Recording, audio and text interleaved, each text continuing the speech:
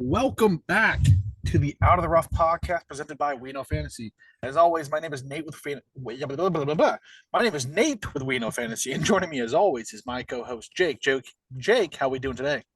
We're doing good. We're doing good. I want to be the first to congratulate you on Xander Schauffele. You proved all the haters wrong. Not just you, Xander did too. Had a great finish. That putt on 18. I'll let you relive it, but oh my God, that was scary. Yeah, I mean, finally saw one go through. It's been a very dry season, a lot of second place, a lot of 54-hole leaders blowing up. So finally just seeing one go through. Wasn't a big number. It wasn't, 50 to 1, anything beyond that. It was a 16 to 1, but seeing one go through and having it done by Xander, who, since what was it, the players where he kind of crumbled there at the end, Wells Fargo, same way. People just started believing that he was some kind of choke artist. He can't win the big ones. He's never going to be able to win a major, things like that. And I stood on the ground that I think he proved he's arguably the second best golfer in the world right now to none other than Scotty Scheffler with a victory at the PGA Championship and doing so, historic fashion, a minus 21 to win a major, nonetheless. But yeah, it was good because not only did I cash ticket, but just believing in Xander the entire time that, I continued to bet Xander. I continued to believe in him, backed him all the time. So just doing so in that aspect was pretty big as well. So it's a good week. Made Monday a lot easier this week. So yeah, we got some more golf here. Charles Schwab Challenge. And of course, DP World Tour 3-week hiatus back in action. But before we do move forward, Jake, where people find on social media? Yep, you can find me at DJ Freeman on Twitter. No article for me this week. I'm off to Vegas in a couple days with the family, so uh, I will be focusing on getting my stuff together for that, but definitely be on the lookout for matchups because I'm going to be placing a lot of live tickets there. You can find that on my Twitter. You could also find that in the Discord, completely free to join. Coming up on 200 men will DFS and outrights. Drop a name in there, drop any thought you have in there. A conversation will spark up. But that is also where you could find mine and Nate's articles as well as our matchup cards and all that kind of stuff. So completely free to join. The link is going to be in the podcast and in the YouTube, I believe, or I don't know if we can get in the YouTube, but link to join the Discord will be in the podcasts on whatever streaming source you use. Yeah, it's in the podcast wherever you listen to Spotify, Apple. You can find the link there. YouTube is not. Let's put the link there, but yeah, find it there. It's a great place to be. Free, of course. For a while there, I wasn't placing like exclusive or Discord bets for a while. Like the first round leaders were exclusive. I hit Darius Van Drill on the DP World Tour. I think it was Kenya. That was exclusive. I think it was like 65 to 1, 60 to 1. Hit that one there, exclusive on the Discord. I went dry for a while, so I didn't do any first round leaders or anything crazy like that. But after hitting the Xander ticket and feeling a little froggy, maybe I'll be placing some first round leaders this week just to get back on the saddle. Of course, you can follow myself, Nate, on Twitter at WKF Nate. Be sure to follow We Know Fantasy on all forms of social media at We Know Fantasy. Be sure to visit WeKnowFantasy.com for some more fantasy sports content, fantasy baseball, basketball, football, NASCAR, golf, everything in between. We have you covered. Of course, my in-depth, out of the rough betting article series is on there. Messed that all up, but it's on there. My in-depth breakdown each and every week of the PGA Tour, DP World Tour, and LPGA majors. Yeah, check that out there. Of course, fantasy football around the corner. Stuff will be coming out for that. We're doing some fantasy NASCAR stuff. Got NASCAR betting with Devin and Cody on the We Know Fantasy Podcast Network. Wherever you'll see your podcast, just as this one, you can find that. Again, I'm not sure if they had the winner last week, but 2 weeks ago they had the winner. It was the All-Star race last week, so I'm not sure what they Yeah. had for that. But yeah, I mean, they're doing much better than I'm doing on my PGA Tour season in comparison to the NASCAR season. So check those guys out because they do a great job over there. Just what we do here, just full breakdowns of each track, the history, their betting cards, all of that. A great listen as well. So let's hop into things here, Jake. Charles Schwab Challenge, Colonial Country Club, back to Texas, of course, after we were there for a few weeks, but we're headed to Texas here before we move on out across the United States. But yeah, we're here post major. There isn't much of a hangover. We still have 20 of the top 40 OWGR golfers this week. Some big names, of course, none other than Scotty Scheffler himself, Texas native.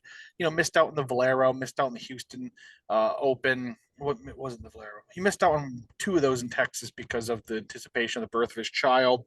So he was you know, he wants to play in Texas. He's from Texas. He wants to be able to compete in these golf tournaments and finally get a chance here this week. So he headlines the field nonetheless. But Colonial Country Club is one of the longest standing host courses on the PGA Tour outside of Augusta National. Outside of Augusta National, the majors or the Masters, of course, Colonial Country Club has been part of the PGA Tour schedule since 1946, so 78 straight years. We've seen Colonial Country Club. I'm not sure if that's straight, but has been on there since 1976. Most notably known as the quote unquote return to golf after the COVID pandemic in 2020. This is the first event that we saw, and what a feel we saw for that, because everyone was just anticipating trying to get back on the golf course. That was a great time as well. Um, you know, outside of the majors, outside of the signature events, this is one of the bigger events of the season. I guess you can kind of, if you were to tier the regular events, this would be in tier one just because of the history Colonial Country Club has and all of that, along with the PGA Tour. And yeah, so this week's field, 133 players, top 65 in cuts. Scotty Scheffler, of course, headlines the field. He missed the Byron Nelson and the Valero, so those are the ones he missed. He was there at the Houston Open with a T2, I believe.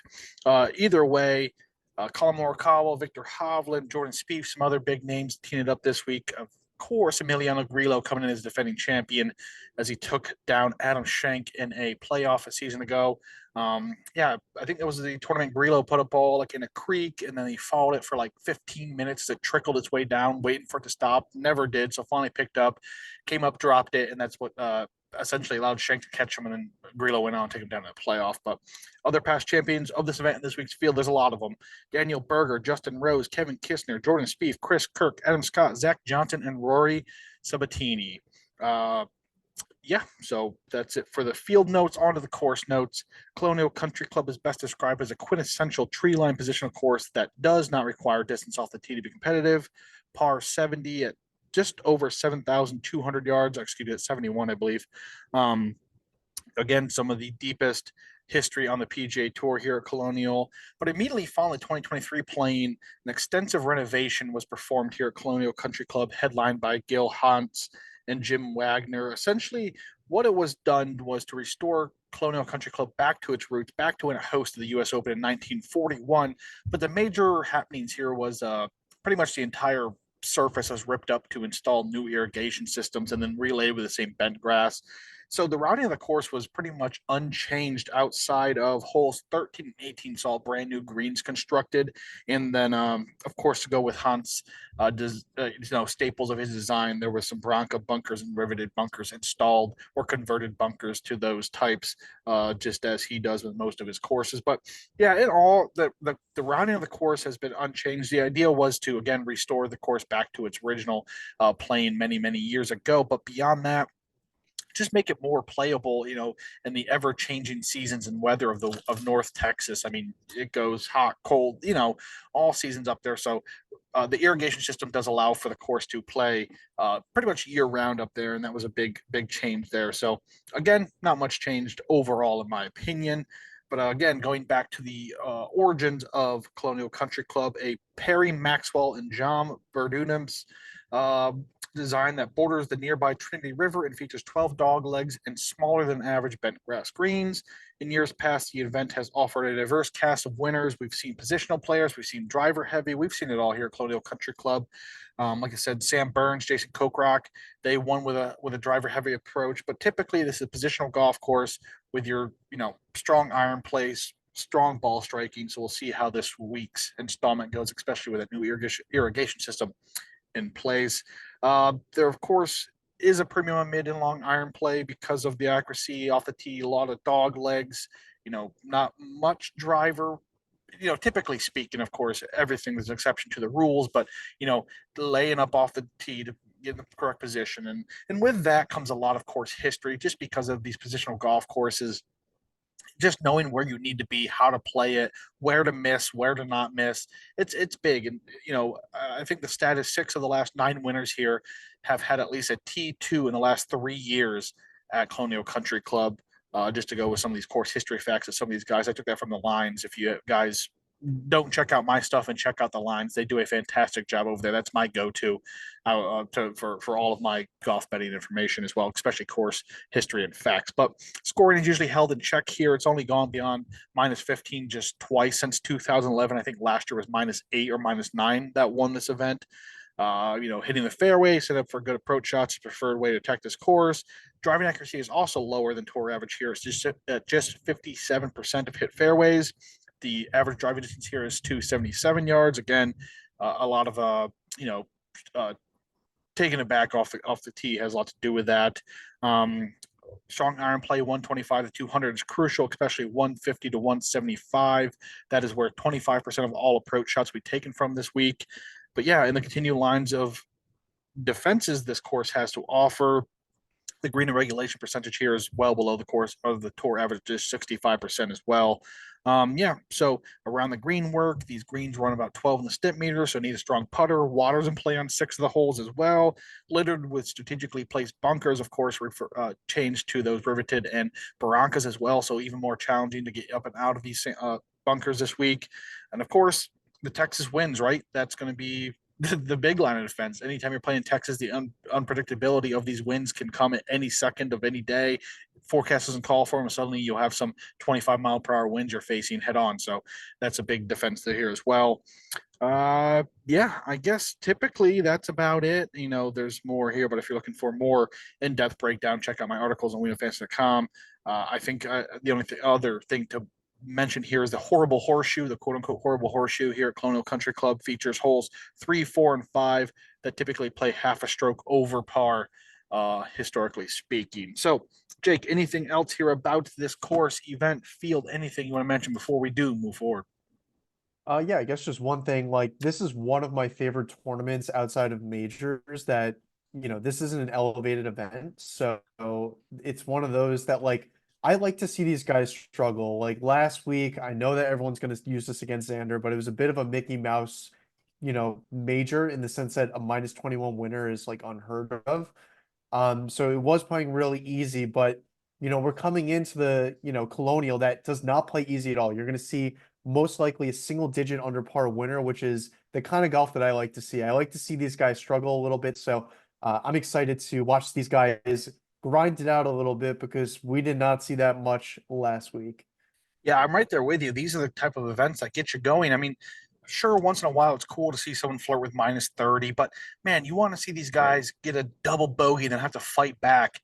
Get a bogey, fight back. Now, a double bogey essentially takes you out of the tournament because the other guys, that's a 3-stroke swing on most holes, on these other golf courses. So I love to see them grind it out. I'm a big approach play guy. I'm big on strong iron play and love to watch shots like that. And that's what this course calls for. So it's going to be a fun week of golf, nonetheless, in my opinion. Of course, it's each their own, right? Some people want to see a -30 golf course. Some want to see a -8. But yeah, Yeah. I'm right there with you. I'm ready to see these guys grind it out, struggle, and see some fantastic golf this week. So I want to mention the weather this week. Of course, isn't going to be great either. There's like a 90% chance on Thursday for precipitation with thunderstorms, 50% with scattered thunderstorms on Friday. Even leading into the event, there's 50% chance of thunderstorms on Wednesday. So first 2 days might play softer than normal. We'll see how this new irrigation and drainage system they put in performs. But yeah, again, should be or could be a weather impacted event this week. So on to our DFS plays each and every week according to DraftKings pricing. We take a pretty much select a golfer in each of 6 monetary categories with the $10,000 plus, the 9s, the 8s, the 7s, the 6s, and the 1,500 and below. 2 straight weeks we got that price range, Jake. So that's always fun. We always enjoy that price range. We'll see how Yeah. we can make out with it this week. I don't think mine made the cut. Maverick Neely made the cut last week. So we'll see if we can keep going this week with that. So $10,000 price I like range. that. It's pretty simple, right? We have 4 golfers. That's it. And of course, Scotty Scheffler, 13-3, leading the charge nonetheless. What else is there to say about this, right? It's Scotty Scheffler. Last a down week of the PGA Championship, a down week with a positive round on Saturday. What was it, +1 or +2? Still T8, right? This guy has a bad week and it's a T8 at a major. Beyond that, last 5 events, 4 victories, a T2. I don't think we have to go any further, right, Jake? His ownership's going to be through the Yeah. roof. It has to be because this is an unprecedented run of success we've seen, at least in our golf betting lifetime, right? Maybe Prime Tiger, but again, that was 15, 20 years ago.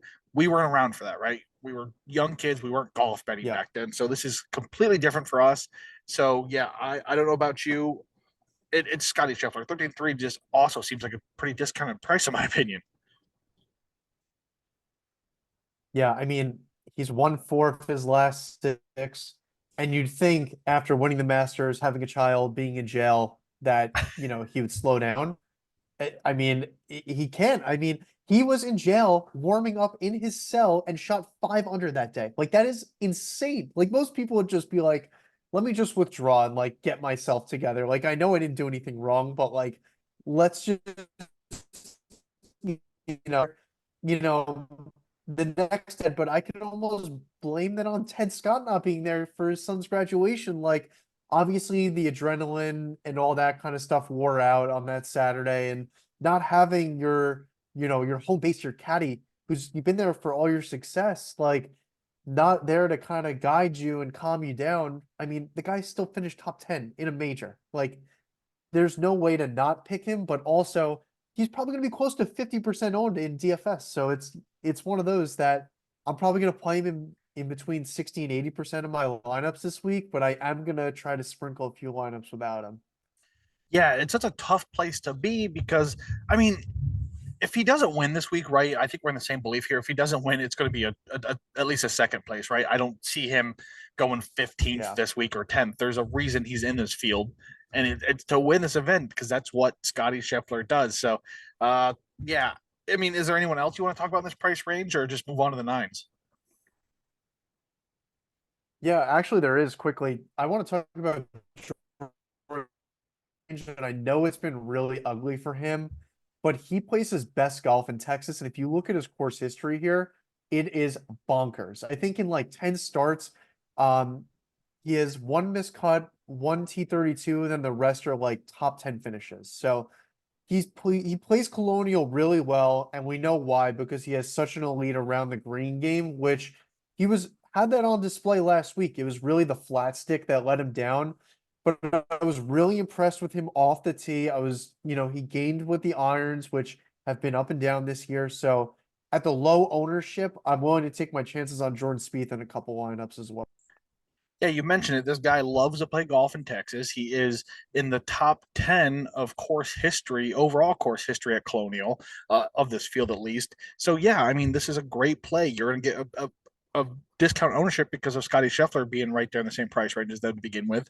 He may be the second most popular one, maybe Colin Morikawa this week because of what he did last week, although Colin Morikawa could not hit a putt to save his life on Sunday. Like, I've never seen a putter go that cold in my life, in my opinion. But yeah, yeah, that was something to watch as well. But yeah, I mean, Jordan Spieth, great play when it comes to Texas.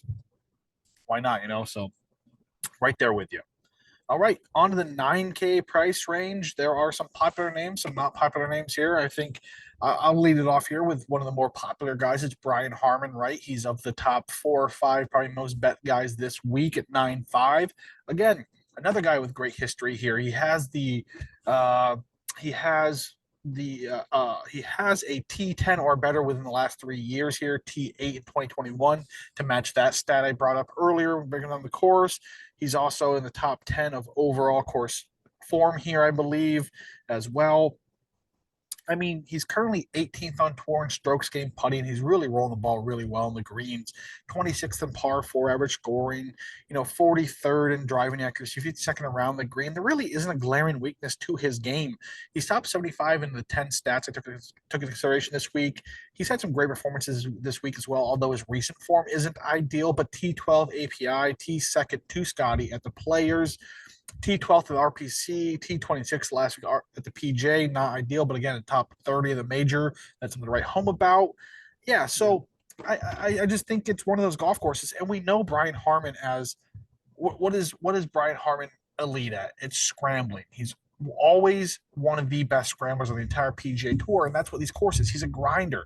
This is what this course calls for: is not dropping strokes, saving par when you can, and taking advantages on the greens as he is showing this year with being a well above average putter. So I'm absolutely all over Brian Harman this week. I think I have him at 45-1. I'm sure he's down to 30 or 35 at this point, but man, I think this is a great play this week. Again, ownership may be something to deal with, but there's some other guys in this price range or right around him that can take a little bit away from him, in my opinion. Yeah, no, I agree. I love Brian Harmon this week. I'm on him outright with you as well.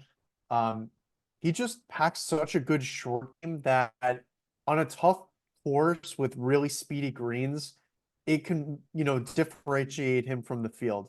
Super accurate off the tee too, like you said. Plotters can make their way around this course and play well. So, and if these guys are missing greens left and right, Harmon's great around the green and awesome with the putter. So great play this week. But I'm going to the bottom of the barrel in this range. Uh, uh, I'm looking at it and using it is wrong, but 9,200. I think that ownership is really, really low. And I'm willing to take my chances on Adam Scott because of how he's played at the beginning of this year. Last week was abysmal. There's no way of going around it. He was hard on approach and hard with the flat stick, and that is usually a recipe for a miscut, which fit the bill with Adam Scott last week. I played him in a bunch of lineups, and that did not work out well for me. But back in 2014 at Colonial, he's actually won back when this tournament was called the Crown Plaza Invitational. So, pretty interesting on that end. He's won at this course. He hasn't played here recently. His most recent time teeing it up here was back in 2018. But, I like his game that he brings. He's long off the tee. He's great on approach. He has a pretty, competent short game. It's the driving accuracy that can go a bit astray on Adam Scott. But like you said, you don't need to be the most accurate driver of the golf ball here to be successful. So I'm turning to Adam Scott at that low ownership. I couldn't get away. Yeah, Scott was a guy that seemed to be very popular to start the season. He wasn't everyone's outright card. He wasn't everyone's DFS plays. And I guess, quote unquote, came back to earth as of recent, right? But again, this is a guy with a long storied career on the PGA Tour. And these are the type of guys on these type of golf courses that you love to see. The guys with, you know, 10, 15 years of experience playing these type of golf courses, knowing where the ball needs to be. And I've talked about it already with these positional golf courses. It's just knowing where you need to be with the ball can be the world of difference, opposed to there's only been Yep. one debutant who has won ever at this golf course. It was Justin Rose who did that. But yeah, it's a course that takes some course history. So you have a guy who's won here before. He's been there, done that, and has been around for a very long time. Man, we could definitely see an Adam Scott victory this week. Oh my gosh, I'm a mess, guys. All right, on to the 8K price range. Jake, this is a price range I'm not too fond of this week. There isn't a ton here I like. There is a guy that I like, but I'll let you kick this one off. We'll see if we'll cross over here. Yeah, there's two guys I really like in this range. I'll talk about the guy that I like better. I'm gonna go with Keegan Bradley at 8,100. Um, Playing some pretty decent golf as of recent, like between the Masters and the PGA Championship, we've seen a T22, a T55, a T21, and a T18. So, teetering that top 25 in three of his last four starts, which is what I like to see. When you think of Keegan Bradley, you think of long off the tee and incredible with the irons, which I think is going to be pretty important this week. It'll come down to the flat stick, right? As it always does with Keegan, because when he's hitting this all the time, that putter doesn't tend to agree with him all the time. But, if he gets it rolling, he gets it rolling, and he's probably going to have a good chance to win and be in contention here. He's gained, even though it's been super, super small, like 0.01 and zero point 0.1 per round in his last two starts, but he's gained with the flat stick. So I'm going to hang my hat on him just having a chance here, and being able to gain with the putter. Back in his most recent start here, back in 2020, he actually gained a stroke per round with the putter. So maybe he can build off of that. I know it was a long time ago, but approach play is there, the distance cooperating with him. So I like his chances this week. Yeah, he was one of the first guys off my card, off my DFS plays this week. For the same reasons you said, I like everything about Keegan this week. I have nothing bad to say about him. And again, this is a course that you know gaining on the putter is, I mean, it's going to be important to putt solidly, but you don't have to putt lights out to win this event because of the around the green work you need, the approach play, all of that. So, yeah, if he's able to gain a stroke like he did in his last outing here, I know it was a while ago, or even just going to, like you said, the plus point one or somewhere around there, that's enough to win this golf tournament, in my opinion, with how difficult these greens are and all of that, especially with what else Keegan Bradley brings to the table. You're right. So I guess that leaves me with Chris Kirk here at 8-4. Man, he missed the cut last week of the PGA Championship, but prior to that, made 6 consecutive cuts, including a T10th at the RPC Heritage and a T16th at the Masters. Again, not the closest of courses to Colonial, but courses that play kind of like Colonial, short positional golf courses that take some form of history for success there. Again, Augusta and I'm blanking for RPC Heritage, but yes, Harbor Tom. But yeah, those are courses that are the same kind of play the same Colonial. I'm not going to say ideal or identical, but they play a similar game. Like to see that again. Missed the cut here last year, but prior to that, placed T15th in 2022 and made the cut in 2021. So a decent history here. Also, he won here in 2015. Although under a different name, he won at Colonial Country Club in 2015 as one of, I think it was his second tour victory there for Chris Kirk. But man, fifth on tour in par four, seventh tee to green, 12th in driving accuracy and proximity in the hole for 125 to 200. We know what Chris Kirk is, and that's super strong iron play. When he's on, he's one of those guys that just drops the ball 3, 4, 5 feet from the hole on just throwing darts is what I'm trying to say here. But also, when he's not doing that, he is one of the worst putters on the tour, especially this season. He can be god awful and go absolutely cold with the putter, which 163rd on tour right now in strokes game putting. So, yeah, it'll be hard for him to win without a strong putter this week. But again, you could only play, there's only one winner of the 6 possible guys you play in DFS. I say this often. I think there's a good chance for a strong performance here. If he does get those irons positioned well and he can drop the ball 4 or 5 feet from the hole, doesn't need the putter, great chance here for Chris Kirk. Yeah, no, it's hard to disagree there. It's the putter that you just kind of got to prey on, but he is a tee to, like you said, what, 6 tee to green or something like that, top Yeah, 10 on tour. That's a huge part of the game because if the putter turns hot, he's more than likely going to be in contention here. If Scotty Scheffler wasn't in the field, I'd probably say that he would win the tournament if his putter got hot, but Scotty is always the obstacle. I mean, he's won here before, like you said too. So I, I mean, I like the Chris Kirk play here for sure. yeah. And again, when I constructed my betting card, I kind of did what you did last week. Can they beat Scotty?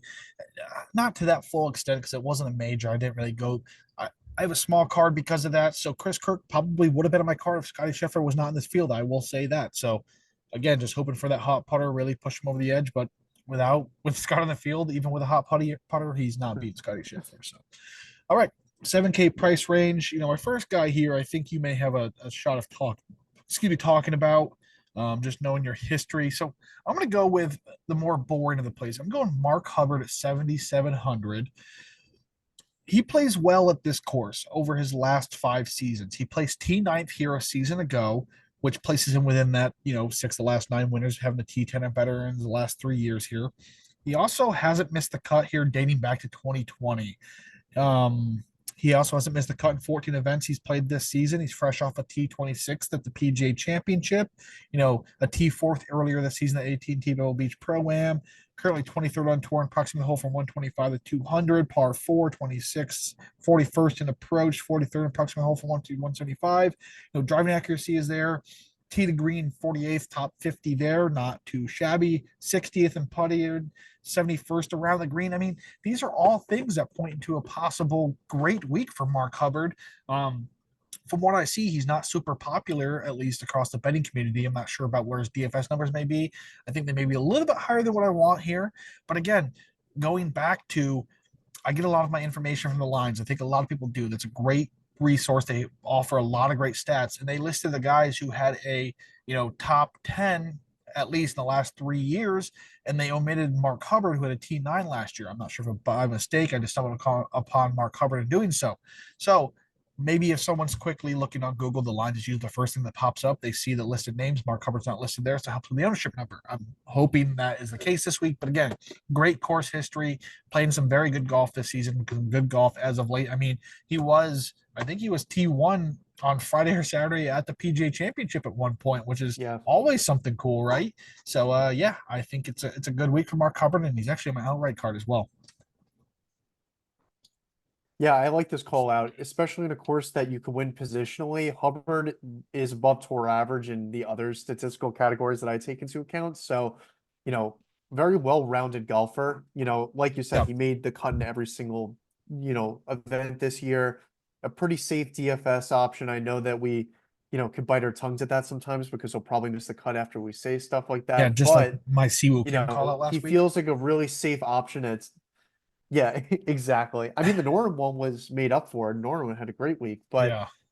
anyway, I mean, Hubbard feels like the safe option here. 7,700. There's not much more you could ask for. I feel like he does have some pension equity, to the name in his game here. So, um, yeah, going into my next option, there's two guys that the two people I want to talk about are probably the most obvious me plays ever. It's going to be between Akshay and Robert McIntyre. And I'm going to talk about Robert McIntyre at 7K flat because I know a lot of people are going to be playing Scotty at that 13-3 number. So you're going to have to dig into these low 7K and 6K ranges pretty hard. And I love Robert McIntyre this week. He's projected around 5% ownership.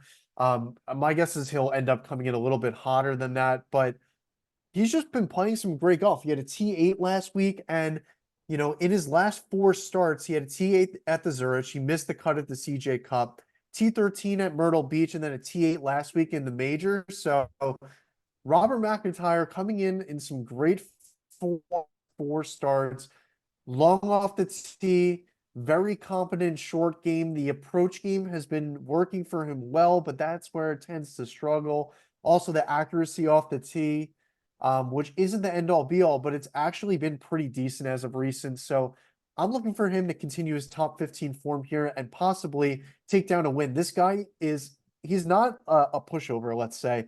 I mean, we've brought it up every single podcast pretty much because I talk about him every podcast, but Rory McIlroy chased him down in the Scottish Open. He didn't hand it to Rory. Rory chased him down. This guy, when he has a lead, I trust him that he can hold on to it. I don't know against Scotty Scheffler maybe, but against anyone else in this field, I trust Robert McIntyre to get it done if I need it. Yeah, you're kind of becoming the big Bobby Mack guy, right?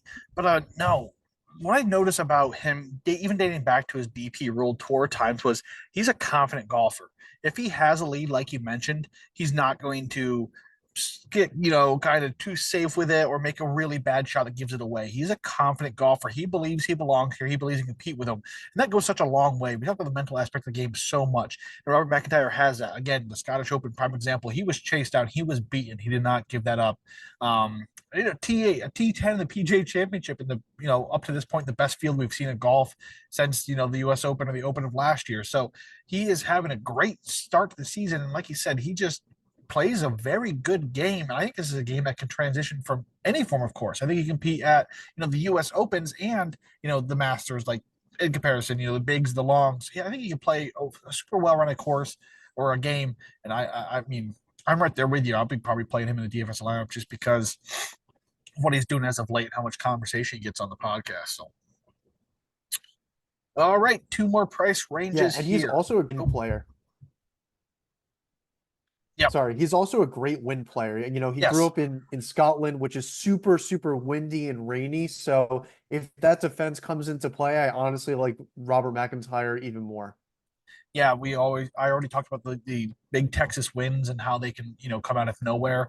There's no Texas winds compared to Scotland winds, so Texas wind will be nothing for Bobby Mack. So all right, two more price ranges to go. The 6,000 price range here. This is yours to kick off here, Jake. Who we going with and why? Yeah, I'm gonna go with who do I want to talk about here? Not that guy. Okay. I'll go with Jorge Campillo at 6,200. Um, again, another DP World Tour staple guy came here and he's just three of his last four starts have been great. Like it's hard to knock a guy for playing some good golf on the PGA Tour coming in the DP World Tour. Some of these guys go a little under the radar with ownership, especially in DFS. So I like playing these DP World Tour guys, but at the Corales Punta Cana Open or Punta Cana Championship T18 at the Zurich 39th, CJ Cup T24, and at Myrtle Beach at T4. So again, three top 25 finishes in his last four starts. A pretty well-rounded golfer, not the longest off the tee and not the most accurate, but solid with the irons, packs a very good short game. He hasn't played this course before, so there's no history here, but warm and the skill set of Campillo to make the cut and give me a sweat. Yeah, typically a very, very strong iron player. Again, that's what we're looking for, right? We're down here in these lower price ranges. We're looking for a guy who is very good at one aspect of the game, typically, and kind of riding that. Pio is a very strong iron player. So, absolutely love that shout out. So, I'm going to go with another good iron player, in my opinion. I'm going Grayson Sig at 6,900. You're at the bottom of this price range. I'm going to the top. But, man, there isn't much in terms of course history or recent form here for Sig, but a T13th in his last outing, the Myrtle Beach Classic. He also placed T8th at the Zurich Classic. I know it was a team event, but again, a T8th on the PGA Tour. Also T9th at the Corliss Punta Cana Championship. So there's three top 15s, two top 10s right there as of recent. Seventh on tour and scrambling, eighth in approach, 15th in green regulations, 23rd tee to green, 23rd tee to green, top 25 tee to green player here for Grayson Sig. 26 par four, around the green, 68th even. The problem here is the putter, 172nd on tour in strokes gained putting. It's going to be that case with all these guys in Yeah. these price ranges. I don't think you're finding a elite putter in the 6th or the 5K price range. So again, come with a competent putter. He's a top 25 tee to green guy, a very good approach player, an elite scrambler, and some good form. That's about it here for the breakdown of Grayson Sig at 6,800. Yeah, you covered him well. I love his iron game is really elite. I know he's not a guy who gets a ton of TV time, but if you do catch Grayson Sig on TV, he's probably hitting an iron very close to the tee or to the Yes, pin. rightfully so. Yeah. And there was an event last year that I had him first round leader and he hit. It was a shared, but it was a good long one. But all right, one more price range to go. The infamous 5,900 and below price range. I'll kick it off here, and I'm going with the Ryder Cup captain himself, Zach Johnson, 5,800. Yeah, so although he missed the cut here last year, Johnson made the cut in his three prior starts at this event, including a T23 and 22. He won here in 2012 as well, although again 12 years ago, but he does have a victory here. In his last two outings on tour, he's gone T20 at the CJ Cup, Byron Nelson, and T19 at the Zurich Classic, two top 20s. So, yeah, he's also fourth on tour in par four average scoring, 15th in scrambling, 18th in driving accuracy, 20th in green regulations, 28th in putting. Not really a glaring weakness. Of course, 125 in tee to green at this older age of his career, whatever, right? But 5,800, a guy with some great course history who's won here before, who's been around for 500 plus tournaments on the PGA Tour. He knows how to place an iron shot when he needs to.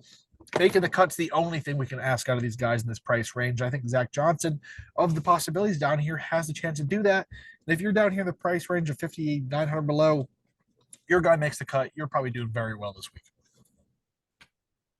Yeah, for sure. And the irons have really been cooperating for Zach Johnson too, which is pretty big because he has a great short game and he's very accurate off the tee. So I really like that call out, especially two top 20s in his last two starts. I have one play at the top of this range, but I'm going to go at the play to the bottom of this range just to help some people out here. This is kind of my call shot in the dark kind of guy. I'm going with Troy Merritt at 5,400 here. If you're digging really high, you got to dig pretty low to complete your lineup. And I like Merritt here. He had a T40 at the Myrtle Beach, not great, but it made the cut. A T9 at the CJ Cup, Byron Nelson, which is great. That's what we like to see. Also some okay course history. I know he missed the cut here last year, but he has a seventh place finish in 2021, a T17 in 2016 at this course. So some solid course history. And when you think of Merritt, the putter is kind of what drags behind for him. And in five starts at this course, he's actually gained with the putter in all five. So it might just be something about Colonial that he sees these greens well, he putts them well. But I'm going to try to hang my hat on that little nugget there. He's super accurate off the tee and has a really, really good round. If the approach cooperates and that green play, he just picks up with the putter, 1,400. That's all I'm hoping for. Yeah, I mean, you couldn't beat that. Again, if Zach Johnson 5,800 makes the cut, but then Troy Merritt 5,400 makes the cut, doing really well this week. So yeah, I like to shout out Troy Merritt. A guy that towards the bottom of my models, I see his name linger there once in a while. I haven't played a Troy Merritt in probably quite some time, but he's always around there. He's always lingering in the models. So a great call as well. So that's it for our DFS plays, guys. If you're looking for more in depth, you can check out my article on winofans.com. And if you're looking for some more plays, I'm sure you can join the Discord or tweet at Jake, and he'll be happy to help you out there with some DFS suggestions. So betting card this week, Jake. We have three categories to talk about. We have our overall favorite, simple enough. Pretty much, if we could place one bet this week, who would it be and why? Our personal favorite, maybe where someone we're on the committee's out on, maybe just some great value or personal favorite golf, and of course, long shot, self-explanatory, longest odds you're on this week. So, Jake, you got one bet to make this week. Who is it and why? Yeah, I might be stealing your guy here, but I think I'm going to go with Brian Harmon if I had to place only one bet here. Just a super well-rounded golfer on a place that you don't need distance at. That kind of just screams Harmon. Elite short game we covered before and has some really good finishes at this course. So I like him to get across the finish line over Scotty Scheffler, hopefully this week. Yeah, Brian Harmon's probably my guy here, but for the sake of the podcast, I'll go Tony Finau, 30 to ones where I grabbed him. A guy who loves Texas, right? He plays very well in Texas typically. He won the Cadence Bank Houston Open in 2022. I know not the same event or course, but it was in Texas. He also played this event each of the last 5 years, although he missed the cut last year. He has four consecutive top 25s prior. T4 in 2022, T20 in 21, T23 in 2020, and solo second in 2019. So some great course history. He also placed, of course, T4 here in 2022. So the aforementioned six of the last nine winners having a T10 or better. Checks all the boxes there. He's been playing some much improved golf recently as well. Kind of gave it a run there at the PGA. I don't know exactly where he placed, but a good placement there. But man, he's also over T18. T18, so top 20 at the PGA. Played some good golf, rather recent, but at Colonial Country Club, he's in the top 10 of this field in overall course history. You know, the approach is always going to be there 12th tee to green, 14th approach, 16th green regulations, 20th approximate the hole for 150 175. The putter, right, 160th there, and scrambling 162. Not ideal, but man, just look for a guy in a regular event who's hasn't won in quite some time, but loves Texas. Super strong iron play. Some great results recently. With Scotty in the field, pushing the 30 to 1 isn't that bad, in my opinion. So that's why I scooped him up there. All right. So, personal favorite this week, Jake. Who is that and why? Yeah, I'm gonna go with Tom Hollywood Hoagie here. I snatched him up at 50 to 1. I think that you might be able to get him at one book. It's still at 50, but I see him dropping to 40s. Just elite iron player, right? It's hard to. I always have to try to find myself to not bet Hoagie because of how elite he is with his irons, and he gets the flat stick rolling like pretty well. That's Also, the course history here is kind of crappy, but very bad. um, accurate driver of the golf ball. Not, I mean, he's shorter than tour average, but he's still decent, in distance off the tee. So I'm just gonna hang my hat on the approach for Hoagie, kind of like what you were doing with Kirk, and hope that he has a good week. Yeah, I mean, Dogi was the first guy off my card. I had it, I had it on my slip and just never clicked it. Again, probably around the 50 number. It's so hard because he's going to pop in models every week because I'm a guy who favors approach. And no matter how I try to skew approach numbers and what I add and don't add, he's going to pop just because he's so elite with the irons and whatever stat Yeah. I try to, twist it, he's going to pop. So that's why I didn't go with him just because he's typically popping. And the course history here is god awful. I think it's like four straight miscuts or something uh, this week. So that's why I admitted him for my card. But man, I'm going to be very, very mad if Hollywood Hoagie, which is it's so weird because I mean he's from Texas. He was at TCU, and then you deemed him Hollywood Hoagie. I don't think he has any Yeah. association with California whatsoever, does he? No, he just loves a good craps table. There we go. There we go. All right. So my play here, I'm going to go with probably Lucas Glover at 80 to 1. Some great history as well. Um, T8 here in 2021. He's also made six consecutive cuts coming to this week. He T11th at the Valspar, T16th at Wells Fargo, T20th at the Masters, T25 Valero Texas Open. Of course, six in approach on tour and driving accuracy, ninth in tee to green, top 10 there. Ninth in approximate hole for 125 to 200, 11th around the green, 16th approximate for 150 to 175. But man, after his historic or improbable run, I guess the word I'm looking for last season, at the end when the Wyndham and all of that, his putter has been non-existent again, right? That's what Glover's entire career has been the putter has been so bad, but his iron play has been so good that it's kept him on tour for 25 years. We're back to a bad putter, but We know that he can get to a hot putter. Just hoping this is possibly the week at 80 to 1 with the rest of the course history, the elite approach play, the elite tee to green game, elite green regulations, the above average around the green, everything you want. It's just that putter needs to cooperate. Just 1 week, 80 to 1. I don't know how much I can beg because I hit him 110 to 1 at the Wyndham last year, but man, if Lucas Glover to win this week, I'll have to I'll change my Discord avatar from Tom Kim to Lucas Glover. Yeah, he's actually gained with the flat stick in 4 of his last 6 tournaments. So not a lot. Like we're not Yes, it's talking it's like, very oh, over a slight. stroke per round. Yeah, but I mean, you got to hang your hat on something. So I do like that call out. There we go. All right, long shot this week, Jake. Who is it? Yeah, it's going to be Robert McIntyre. I got him at 130 to 1. Just a guy that if he's at the top of the leaderboard, like we talked about, I trust him to hang on and not waver away or punt it away. Someone's going to have to come chase him down if he's got that lead. So at 130 to 1, a guy with win equity in my eyes, I couldn't turn down here. There we go. And I went with Mark Hubbard at 110 to 1. Talked about him already. Super well running golfer with some great course history here. Again, I don't know if he's one to hold a lead, but I don't think he's one to squander a lead with a very well rounded game. I don't think there's a really glaring weakness for him to really slip up if he would to have a lead here, especially having played this course so well as of late. All right, guys, that's it for this week's PGA Tour event, the Charles Schwab Challenge. But for the first time in 3 weeks, we have some more golf to talk about. The DP World Tour is back with the Soudal Open over in Belgium. Yeah, it's great to have the DP back. I absolutely adore the DP. I know we both do.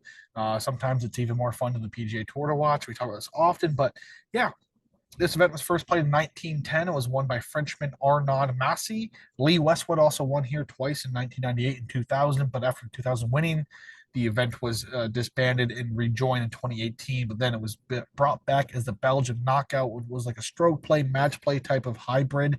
Lasted 2 years. That was cut out, and then back in 2022, the Sudo Open returned to the DP World Tour schedule. And yeah, third straight season here, and it's been held each week, or excuse me, each season at the Rinkven International Golf Club. But for the field this week, of course, we have our household names. We have our Jordan Smith, Yannick Pauls, Adrian Otagwe, Tristan Lawrence, Bernd Weisberger, Xander Lombard, and Richard Mansell. But Ryder Cup captain Luke Donald will be teaming up this week. We have the U.S. guy, Zach Johnson, stateside. Luke Donald's here in Belgium teaming up this week. We also have Thomas Peters coming over from Live Golf to make an appearance in Belgium, home country, looking to claim victory, as well as Nicholas Kozart, another notable Belgium looking to claim victory here this week. Simone Fortstam of Sweden is the defending champion. He held off fellow countryman Jens Dantorp by a single stroke a season ago to win. Looking to win back-to-back events here in Belgium this week. England's Sam Horsfield won the first played here in 2022, but he's not here this week. Otagwe won the Belgian knockout in 2018, also held at this golf course, and Guido Miglazzi won in 2019. Again, both in this week's field, both won the knockout. Different format, but was held here at Renfen International Golf Course. Onto the golf course, par 71, 6,924 yards, rather short, especially for DP World Tour standards. I mean, the South African course this year was like 8,100 or 8,100 yards. So like this is a big swing down to 69.24. But yeah, Rinkven was in existence in the early 1980s. Was originally designed by Belgian golfer and coach Paul Roland. Since the course has undergone a series of changes and was expanded to two 18-hole courses in the north and the south. Of course, this week's plan will be consisting of a composite of the two courses to make an 18-hole venue here for the DP World Tour. The course is described as a wonderful, peaceful area of nature within a mixture of woodland and parkland holes with water coming into play on several holes. This is per the venue's website. Getting off the tee with distance won't be the utmost important this week, with as many of the holes will force layups. The fairways, although flat and exposed, are tight and tree lined. Oftentimes, golfers will be taking irons off the tee because of that. And the long list of defenses that this course does have to offer, it does offer smaller than average bent grass greens. Approach play, scrambling, all of that will come into play around the green, especially with these smaller greens, force layups. The par 5 fifth here at Rincon plays as the easiest hole of the course but that is kind of a bit of a mind game because there's a very tough stretch of holes that follows. Holes 6, 7, 8, 9, and 10 ranked as the fourth, fifth, 14th, second, and first in terms of difficulty last year here at this golf course and venue. But in all, this is a much different track than what is typically seen on the DP World Tour or in professional golf altogether, in my opinion. So it's going to be another good one, in my opinion, over here in Belgium this week. Jake, anything to add? No, I think you covered it well. I'm excited for this week on the Deep World Tour. Whenever you get like a little break, you realize how much you miss it. But Yeah, I'm ready to jump back into it this week. yeah, I think they do a great job with. I mean, obviously the breaks are there because they change swings. This is also the opening of the European swing for the DP World Tour, where there's like $1 million prize for the tour, for the highest placer of, or is it what? No, I think it's total. So I think it's 250,000. Anyways, it's a big chunk of change between the winner of the swing. So we're on the European swing this week, but again, mixed in there with the majors. They do a great job, in my opinion. The DP World Tour is phenomenal. Not only the golf, but just how they manage it, the social media, all of it. It's just I get too excited when I talk about the DP Yeah. World Tour because it's just it's a great tour. But Jake, I got four guys on my card this week. How many you got? Yeah, I got four also, so that's perfect. All right, perfect. So I'm gonna kick it off here with my guy Yannick Paul, 22-1. Happy to get that number. He slipped down about 20 or 18 on most books of what I'm seeing. But man, it's been a while since we've seen Yannick Paul in the win circle. Last year, at some point, he was there because he was on my card when he did so. But he is when it comes to overall talent on the DP World Tour, he's probably top five at this point, especially with the guys last year who moved on. At least top 10, right? Yannick Paul is a very staple name of the DP World Tour, the German guy there, but currently sixth on tour in green regulations. He's seventh in approach, 12th in bogey avoidance, 15th tee to green, 21st birdie or better, 61st putting, 69th driving accuracy. I mean, he's checking the boxes here. He's fresh off a T11th in his last round of the Volvo Car Open or Volvo China Open. Also placed 10th at the Hero Indian Open, T36, the ISPS Honda Championship. Across his last three outings, he also placed T4th at the Ras Al Khaimah, T8th at the Dubai Invitational earlier this season. Just playing some great golf. And he also placed second here in 2022 and didn't play here in 2023. So some good course history here. Great value, in my opinion, 22-1. And some great stats. It was in great form. So, man, I just jumped down Yannick Paul this week because of that. Yeah, but a little bit when I compare DP World Tour players to PGA Tour players, but Yannick Paul almost feels like the Xander Schauffele of the DP World Tour, where super talented, super well-rounded, like always teetering towards the top, like when you think he should be there. And it's just the winner's circle kind of eludes him at times. Like he's won before, right? But it hasn't been recently or in any like crazy event. But Xander won last week. Maybe this is the mojo that's going to push him here. Super, super well-rounded golfer, right? When you think of Yannick Paul, the approach play is what is key for him. So, I mean, a T second here last year also. I like the play. I like the numbers. So, all in on him. There we go. Who's your best? Who's Um, not your best play? Who's your first player? my first play here is going to be Antoine Rosner at 40-1.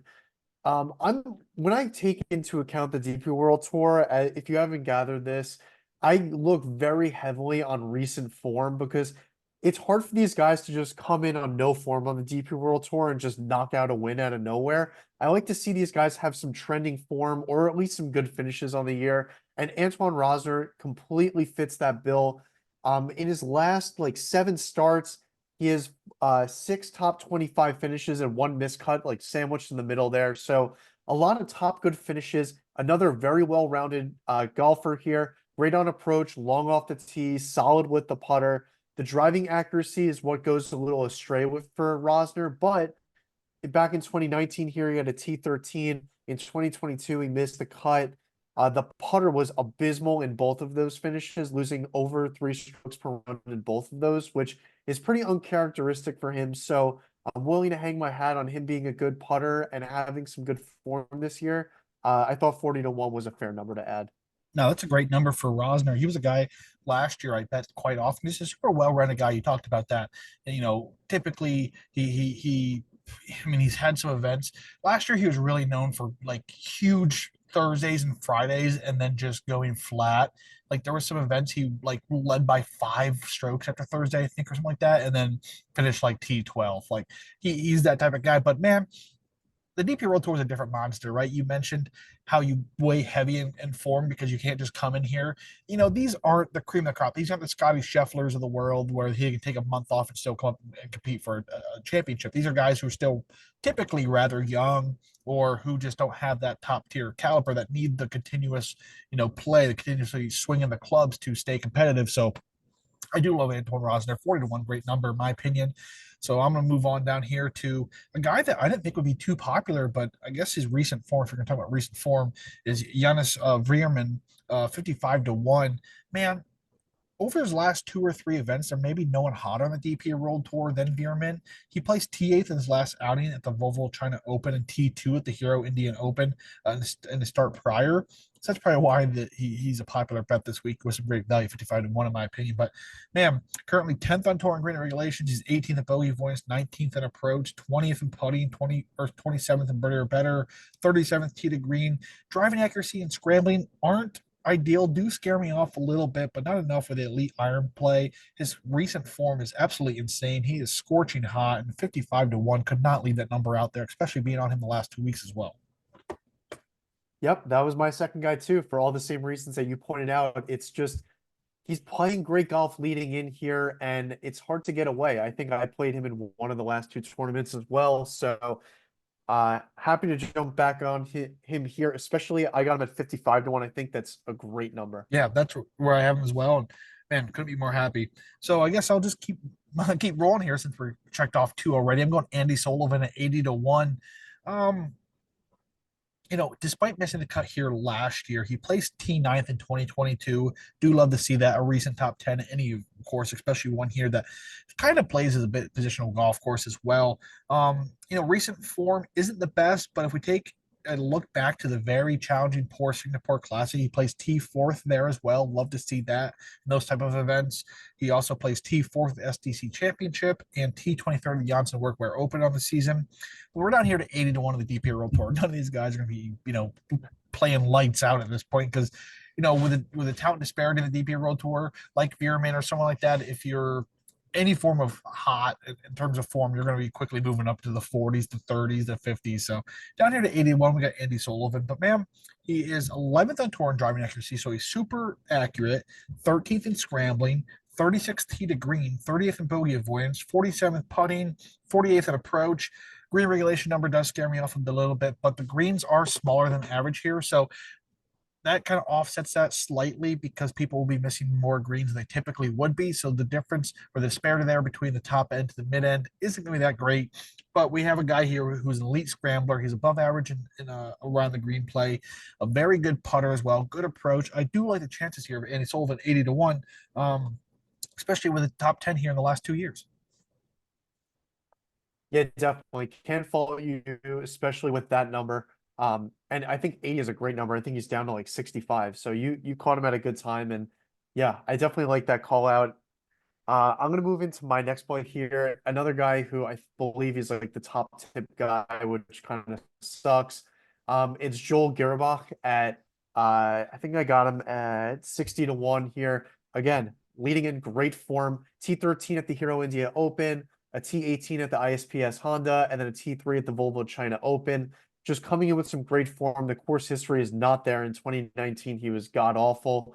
But this guy kind of tends to put together like streaky starts where he'll put together 3, 4, 5 great starts in a row and then 3, 4, 5 missed cuts in a row. So I'm kind of riding that hot form into hoping that he has a chance with some win equity here. I thought 60-1 was pretty fair. He's an extremely, extremely accurate driver of the golf ball. And the approach and putting aren't terrible, but the driving distance in the around the green are a little bit of, kind of just hold your breath and pray. But 61, I'm taking my chances here on a golfer who's playing some great golf. Yeah, I was really surprised when I loaded the odds this week to see him down that low just because of he's been playing some great golf as of late. And he's kind of a super popular name. He's kind of become one of the fan favorites quickly on the DP World Tour. Again, from Switzerland, we don't see many golfers from Switzerland, right? And all of this. So I was a bit surprised by that number, but man, I'm not going to argue with any time you get a value of his caliber at 60-1 here on the DP World Tour. Even though he is the most tipped guy. So I guess if your belief is that you steer away from that, it wouldn't be the best idea. But hey, I'm not one to believe in that myself. So my final play this week, I guess you can call this my long shot, is Nacho Libre, 100 to 1, so plus 10,000. But like Sullivan, Libre missed the cut here last year, but also placed T9th in 2022 as well here at this event. He has missed one cut in 9 events this season and has made 5 consecutive cuts coming to this week. He also placed T2nd at the Magical Kenya Open of the season. He's currently 6th on tour in scrambling. Love to see that. 15th in approach, 26th in bogey avoidance, 34th tee to green, 51st in birdie or better, 62nd in putting.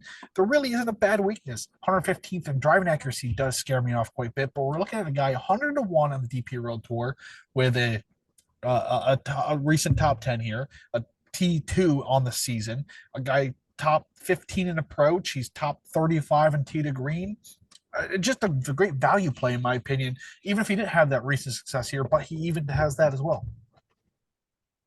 Yeah, no, definitely. And I think you're going to talk him into my card as well. I've been on him a few times this season. It hasn't been the most successful. I know that he had T2 at the Magical Kenya Open, but again, triple digits, DP World Tour. It doesn't take too much convincing for me to add that to my card. So I'm going to do that right after the show. But going into my final selection here, my longest play here is going to be Marcel Schneider at 90 to 1.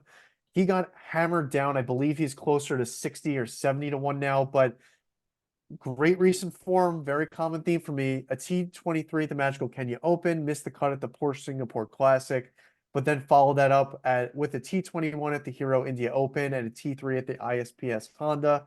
A very well-rounded golfer, and also, needless to say, a T7 in his last appearance at this course. So, I mean, the course history is there, the recent form is there. I like the game that he brings. The approach play can leave a little bit to be desired. Everything else is pretty average, I would say. So 90 to 1 felt like a fair number to me, and I'm just going to take my shot and hope that he could spike with those irons this week and come across the finish line. Yeah, when it comes to the DP World Tour, a long shot winner is much more probable than on the PGA Tour. Typically, on the PGA Tour, you don't see long shot winners. I know the start of the season suggests otherwise, but on the DP World Tour, it's kind of like a norm, right? There's randomly some week where a 90 to 1, 100 to 100, even greater than that, just comes out of nowhere and it runs away with the field. So, I mean, again, different monster, right? It's so hard.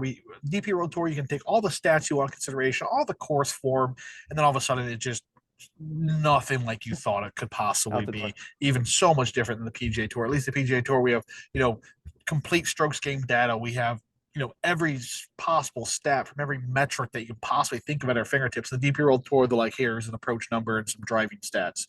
Do with it what you want, right? So yeah, it's so difficult, but man, it's so fun. It's so rewarding when you do hit one of the DP World Tour, man. It kind of feels better than the PGA Tour in my opinion, but Yeah. we'll see what happens this week. So, anything else about either of these events you want to talk about, Jake, before we hop off here? No, I think we covered him completely. All right. So, tell the people one more time where they can find you on social media. Yep, you can find me at DJ Freeman on Twitter. No article for me this week, but I'll get back to that. Next week, I'll be posting my full outright card for both tournaments and my matchup plays, 72 hole matchups and round matchups. So be sure to give me a follow. You can toss notifications on for when I post. You can get right into it and get those live numbers that I'm getting as well. Also join the Discord, 200 plus members in there. I'll also be posting my plays, a really good resource to have for both DFS and outright betting. I'll also in there, you could ask questions directly to Nate and myself. When I post my plays also with Nate, feel free to message us, be like, hey, what book did you get that on? I don't love to post that stuff on Twitter just in case we end up getting a sponsor someday. That'd be pretty cool. If you're listening, any book, we will happily accept you on here, but I'm happy to share where I place my bets in the Discord or in the DMs on Twitter. So be sure to give me a follow there. Join the Discord. You can find the link on any audio podcast, Apple, Spotify, in the description below, and YouTube. It's not there yet, but be sure to hop over to Spotify or Twitter to find that link. There we go. Yeah. Even if you're not a sports book, you just want to sponsor us, whatever you do, I guess. Anything. I shouldn't say anything because we could get some gray territory there. But hey, if you want to sponsor us, just hit either of us up on Twitter. We'll have a conversation about that. But yeah, yeah, that'd be quite amazing if someday that were to come to fruition. But in the meantime, you can follow myself, Nate, on Twitter at WKF Nate. Be sure to follow We Know Fantasy on all forms of social media at We Know Fantasy. We'll be back next week. What's next week? Again, I say this every week, Question. Jacob. Why don't I have this stuff loaded? Why is it like this? Why am I like this? I know that the Travelers is in 4 weeks. Oh, it's the Canadian Open. Let's go. That's a Oh, good one. dude, yeah, that was. I mean, that event last year was pretty much unmatched because of everything that happened. I mean, longest odds I hit 75 to 1 on Nick Taylor, but just the whole. I absolutely adore when someone wins on home soil. I Yep. mean, we see all the time in the United States, but when you see someone, first time, what was it, like 40, 30 years, a Canadian won the Canadian Open. Yeah, it was a long time, and that was awesome. The best part was Hadwin getting decked by the Oh security yeah, guard, just though. trying to celebrate, and then it gets mowed over, and then yeah, so that's a good event. That usually draws a pretty decent field. I wonder if Rory will be back for that one. He typically plays that one, but yeah. Then the DP World Tour heads to the European Open, and I do believe that the second LPGA major of the season is next week as well. I think it's the ladies U.S. Open. Yes, next week will be the U.S. Women's Open, and then they rattled some of their majors off rather quickly after that. But yeah, U.S. Women's Open as well. So a lot of golf next week, uh, on all things considered. But I guess we'll deal with that when we cross that bridge. But let's have a good week here, the Charles Schwab and the Trudeau Open. Until next time, guys, we'll see you.